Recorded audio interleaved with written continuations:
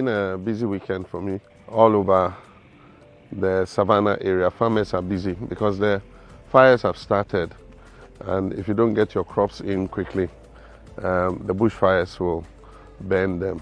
So we're harvesting soybean and maize on this farm. Yellow maize for the poultry industry, and then soybean. We supply our maize and soybean directly to estuary farms where they do poultry.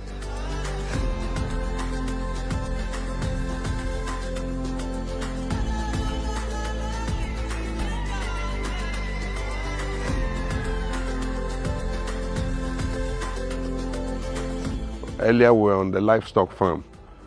We started with the goats and the small ruminants, and we started with 300 of them. Right now they've increased to almost 500. We have another 200 animals, and we started just a few months ago, and so it's looking positive. We're going to add the other sheep and then also eventually cattle. And so we're doing livestock, and then we're doing crops. One of the major problems we had this year, especially with the crops, is the drought that occurred. After we planted, the rain came to a stop.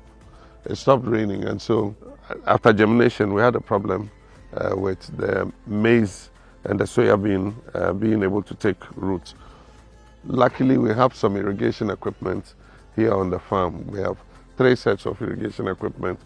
So we rolled them out, and that is what has saved part of the crop. But we lost about 40% of the crop.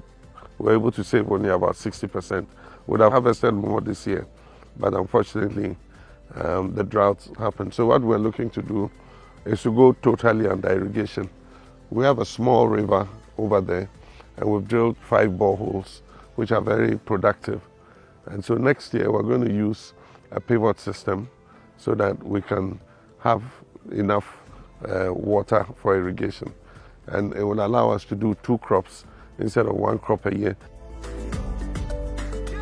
We have equipment, different kinds of equipment. They're working well, but after sales service is a problem. A lot of the dealers sell you the equipment, but once you buy the equipment, sometimes you can't get the parts, spare parts. And so what we need to do is to standardize the equipment and make sure that anybody who's selling agricultural machinery in Ghana is able to offer the farmers after sales service. Because right now is the harvest time. One of our combine harvesters is down, and they don't have the parts. They have to order them from outside. If we say we're waiting for them to bring the parts from outside, by the time the parts come, bushfire would have finished this crop. Happily, one of our neighbors has a good combine harvester, and that is what you saw me riding. We have hired it from him to come and help us, to be able to harvest all the crops before the fires come in. And that's why I believe that we must have farmer service centers where we have specialized agencies repairing and operating the machinery, and then let the farmer farm and let somebody provide him the service of the machines so that it doesn't have to be his headache. Today my headache is about this combine harvester, how to get a part. It should have been somebody's headache. And mine should just be to procure my seeds, get my fertilizers, and be able to grow my crops. And so it's a good experience, but farming is my life. I love it.